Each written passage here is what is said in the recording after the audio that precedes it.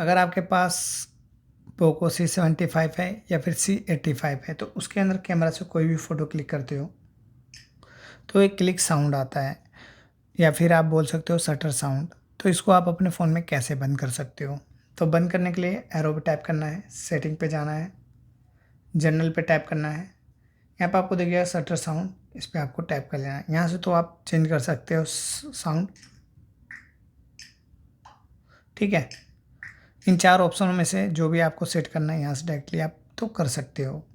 बाकी रही बात शटर साउंड बंद करना है तो यहाँ पर आपको दिख जाएगा शटर साउंड, इसको आपको बंद कर देना है। बंद करने के बाद यहाँ से आपको बैक करना है। कोई भी फ़ोटो क्लिक करेंगे अब यहाँ पे आपका कोई भी साउंड नहीं आएगा। तो इस तरह से आप कर लेंगे। बाकी रही बात अगर आपके फ़ोन में टाइमर लग जाता है, जैसे इस तरह से जब भी आप कोई फ़ोटो क्लिक करते हो तो बार बार टाइमर चलता है, तो इस टाइमर के लिए तो ऊपर की साइड टैप करेंगे, यहाँ पे टाइमर का ऑप्शन आएगा, यहाँ से जाके आपको बंद कर देना, तो टाइमर बंद हो जाएगा आपके फ़ोन में।